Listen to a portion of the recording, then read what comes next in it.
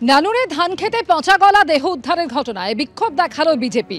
আইন শৃঙ্খলার প্রশ্ন তুলে নানুর থানার সামনে বিক্ষোভ দেখানো হয় এবং বিজেপি যেটা অভিযোগ, এই নিয়ে গত এক মাসে 3 নাবালিকা নিখোঁজ হয়েছেন। উদ্ধার মৃতদেহের সঠিক তদন্তের দাবি জানাচ্ছেন বিজেপি নেতাকর্মীরা।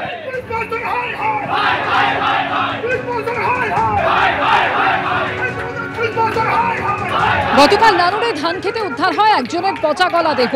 নিখোঁজ এক নাবালিকার পরিবারকে দেহ দেখায় পুলিশ। ওই নাবালিকার বাড়িতে যান তৃণমূল নেতা কাজল শেখ। পরিবারের সঙ্গে কথা বলেন তিনি, পাশে থাকার আশ্বাস দিয়েছেন কাজল শেখ।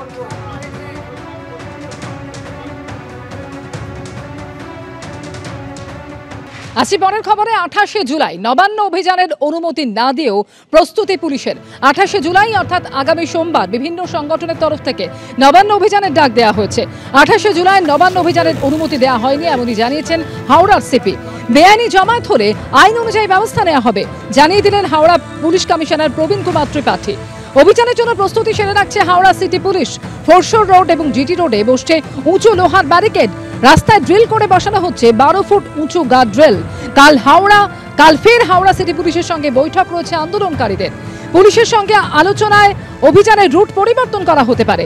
অভিযানের শুরু এবং শেষের জমায়েতের স্থান পরিবর্তন হবে না। শুরুর জমায়েত হাওড়া স্টেশন এবং শেষের জমায়েত হবে নবান্ন বাস স্ট্যান্ডে, এমনই জানাচ্ছেন সংগ্রামী যৌথ মঞ্চের আহ্বায়ক ভাস্কর ঘোষ।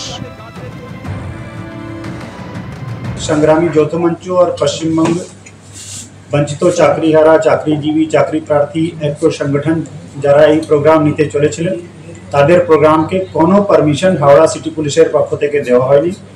মাননীয় উচ্চ ন্যায়ালয় পরিষ্কারভাবে বলে দিয়েছেন কি কোনো অ্যাসেম্বলি, কোনো বেআইনি জমায়েত এটা করা যাবে না। আর যদি কেউ বেআইনি জমায়েত করে তাহলে পুলিশ অ্যাজ পার ল ব্যবস্থা নেবে।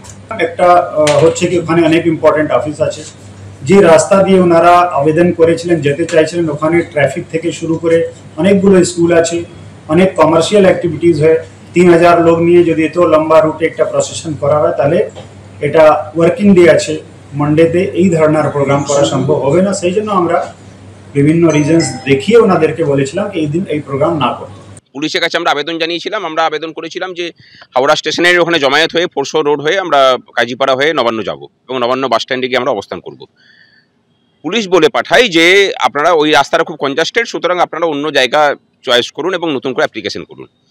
সেই অ্যাপ্লিকেশন করার আগে আমাদেরকে যখন ধমকানি চমকানি দিতে শুরু করে আমাদের মানে অন্যান্য মঞ্চগুলোর যারা নেতৃত্ব আছেন তাদেরকে, হাওড়ার সিপির নেতৃত্বে এই কাজটা হয়েছিল।